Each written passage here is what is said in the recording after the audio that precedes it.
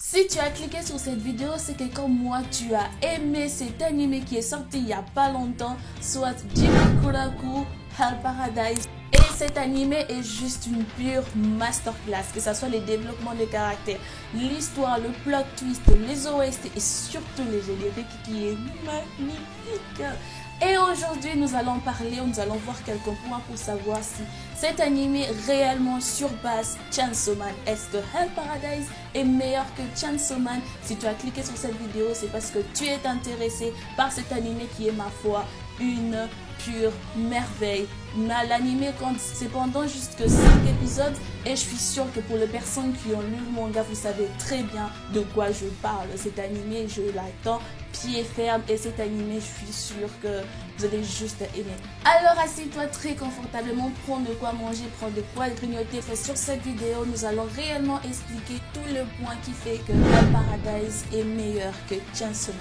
Tu es prêt et c'est parti.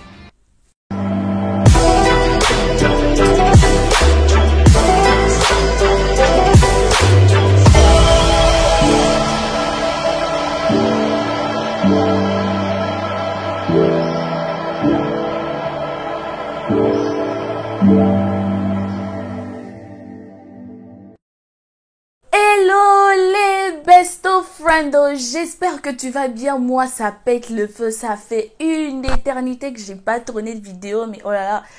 Et les histoires de l'école, la fac, ça stresse, c'est stressant, mais bon, je suis là, je suis de retour et j'espère que je vais continuer à faire plus de contenu comme ça, parce que ça me manque, en vrai, ça me manque. Et aussi pour les décors, on a un peu changé, mais bon, prêtez pas trop attention. J'essaie toujours de faire des contenus qualitatifs et quantitatifs pour que ça soit bien propre, bien soigné, bien professionnel. Bon. Nous allons passer directement à la suite de cette vidéo. Pour ceux qui ne connaissent pas Hell Paradise, nous sommes à l'ère Edo où l'on va suivre l'histoire d'un jeune ninja du village d'Iwagakure, Gabimaru, qui a été trahi par ses compagnons lors d'une mission et se retrouve emprisonné pour le nombreux crimes qu'il a commis. Il affirme alors qu'il n'a aucune raison de vivre, qu'il ne ressent aucune émotion, qu'il est vide, d'où son surnom Gabimaru le vide. À cause de son entraînement surhumain en art ninja, l'exécution classique ne marche pas sur lui. Jusqu'au jour où l'on voit une exécutrice hors pair, un membre du clan Asaemon. Soit dit en passant, ces clans a une spécificité. Ces clans excellent dans l'art de maniement de salle, du découpage d'exécution et aussi de tester des lames. Et là, cette exécutrice se rend compte que Gabimaru avait bel et bien une raison de vivre. Il ne voulait pas mourir parce qu'il voulait retrouver sa femme, parce qu'il tient à elle et veut retrouver sa vie de couple qu'il avait auparavant. On lui fera alors une proposition qu'il ne tardera pas à accepter, celle de ramener un élixir d'immortalité sur une île que les uns appellent le paradis et les autres l'enfer.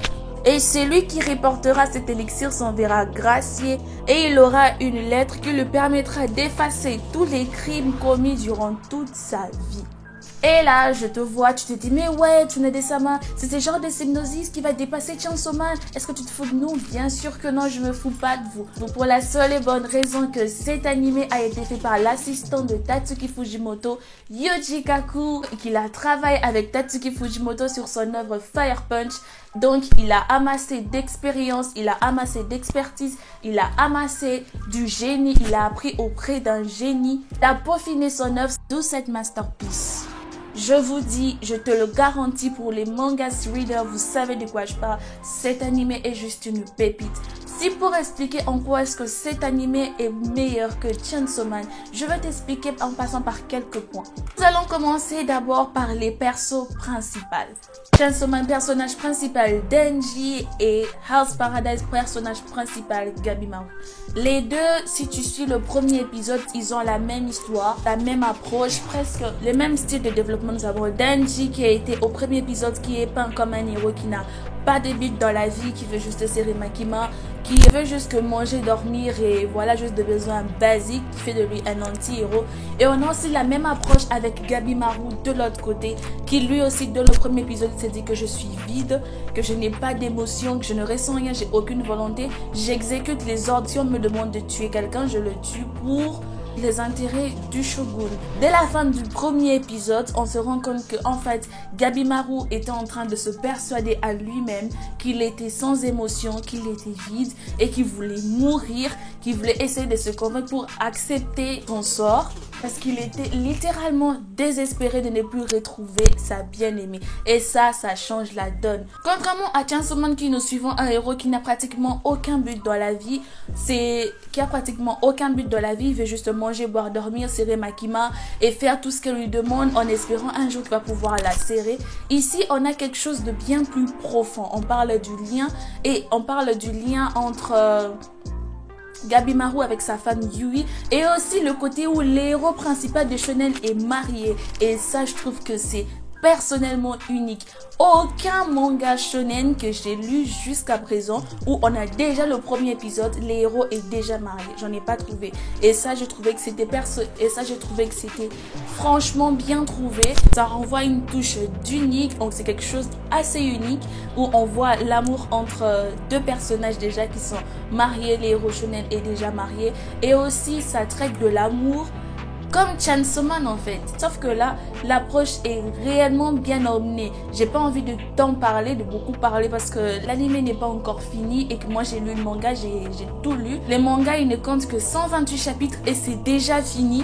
Donc si tu lis ça maintenant, au bout de 2 jours, tu vas déjà le finir et tu vas kiffer en quoi c'est unique. Chaque lecture, chaque passe te tient en haleine et tu as envie de savoir plus. Qu'est-ce qui va se passer après? Et ça, c'est vraiment la réelle force de Hell's Paradise. Et c'est en termes de stratégie. C'est pas en mode il y a des power-up. Non, ils réfléchissent à une stratégie pour pouvoir se battre. Et ça aussi, je trouve que c'est quand même un point très intéressant. Ça ressemble à une sorte de mélange de presque tout le shonen qu'on a déjà vu. Et ça, plus ajouter une touche d'unicité, le scénario, le développement de personnages qui est vraiment bien emmené. Donc, ne serait-ce que pour son héros principal, Gabimaru écrase lamentablement Denji en termes de développement. En termes de flow aussi, parce que Gabimaru, il est badass, il est très fort et c'est un ninja. Et les bugs, ils lancent des katanas, vous voulez que je vous dise quoi?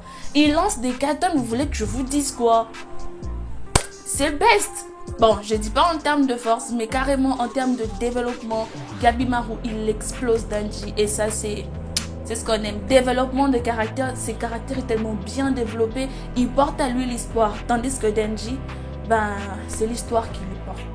Le deuxième point, je vais parler du plot twist de l'univers, quoi.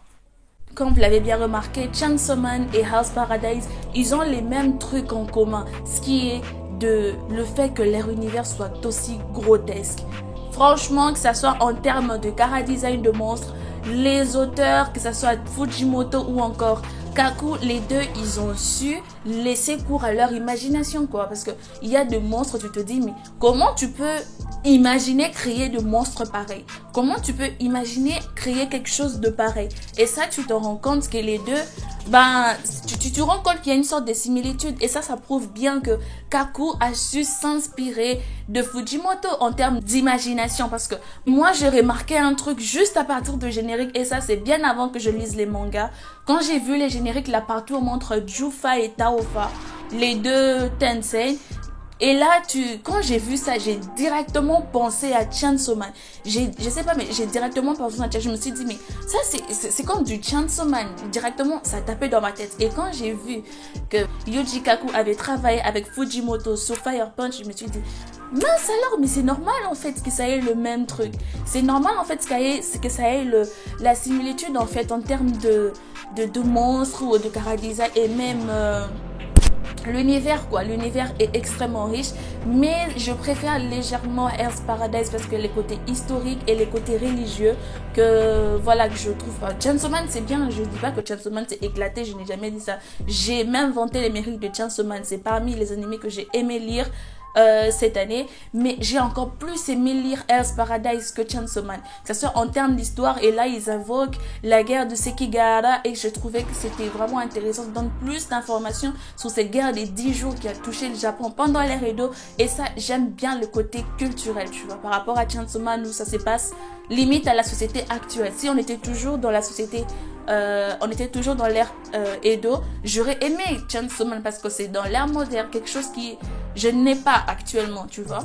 Alors que maintenant, je sais à peu près le fonctionnement du monde moderne, du fonctionnement du Japon moderne, je peux quand même toujours aimer plus quelque chose que je ne sais pas, qui me permet d'apprendre et de connaître encore plus les Japon à l'air et d'eau. Et ça, je trouve que c'est franchement très intéressant. Que ce soit le plot twist et le scénario, il est très bien. Développement de caractère qui en plus ajoute un plus à l'histoire, l'histoire est déjà très riche. Développement du personnage, c'est trop bien. T'as un 10 partout, c'est un 10 partout et ça franchement je suis contente. Donc franchement Caratisa, je peux pas plus dire. Je pense que je referai une vidéo, cette vidéo où je veux mieux expliquer quand tous les animés vont sortir, et comme ça on va quand même faire un débat pour voir selon vous qu'est-ce que vous avez aimé sur Hell's Paradise, qu'est-ce que vous n'avez pas aimé selon vous. Pour si Chainsaw Man est meilleur que Paradise, dites-le moi. Avancez vos idées, avancez vos réelles raisons. Donc, sans réelle raison, il n'est pas valable. Donc, tu avances ta raison, nous allons avancer la raison et voir lequel de tes animés est meilleur que l'autre. Je vais aussi faire un live où on va interagir, on va parler entre vos fans, parler des autres mangas. Je vais mettre le lien, les noms juste là. J'ai créé un compte Instagram. L'un ou deux fois, je ferai des lives comme ça. On va en parler, discuter sur la culture nippone, sur l'animation, sur tout ce que vous voulez. Et je pense que ça sera un bon moment qu'on va passer ensemble. Donc, Hell's Paradise, j'ai réellement aimé. Note 8 sur 10, je ne peux pas mettre 10 sur 10 à cause de ce point faible que j'ai remarqué, que j'ai vu. Mais l'animé, c'est sur la voie d'être une masterclass parce que c'est animé par Mappa. Donc Mappa, il fait toujours des dingueries. Qui dit dinguerie du Mappa, et Mappa, je suis toujours derrière. Tout ce que fait Mappa, moi, je suis toujours là. Que ça soit moche ou pas, moi, je suis toujours là parce que Mappa, ça reste Mappa. C'est Mappa, quoi. Je peux pas ne pas aimer quelque chose qui est fait par Mappa. Donc, franchement, il est animé par Mappa. Les génériques, comment vous dire que c'est une pépite? Comment c'est une masterclass? Les sons, l'animation est clean. Ça renvoie réellement l'ambiance qu'il y a dans l'animé et c'est ce que j'aime. Le mélange du gore, du son avec de la romance. L'harmonie est parfaitement là. L'harmonie est bien, tu vois. Il y a tellement... Je sais pas, tu vas passer un moment, tu vas passer par toutes sortes d'émotions. Il y a les gores, il y a le sang, il y a la trahison et puis... il y a la romance, il y a l'espoir et tout ça, c'est tellement bien mélangé. Et je pense maintenant là, c'est tellement bien secoué, bien mélangé la sauce Mappa avec les OST, le générique, et ça donne une dinguerie. Vidéo qui, ma foi, j'ai vraiment kiffé de la faire. Cet animé, ça m'a vraiment tenu en haleine. Ça a une place très importante et très spéciale dans mon cœur.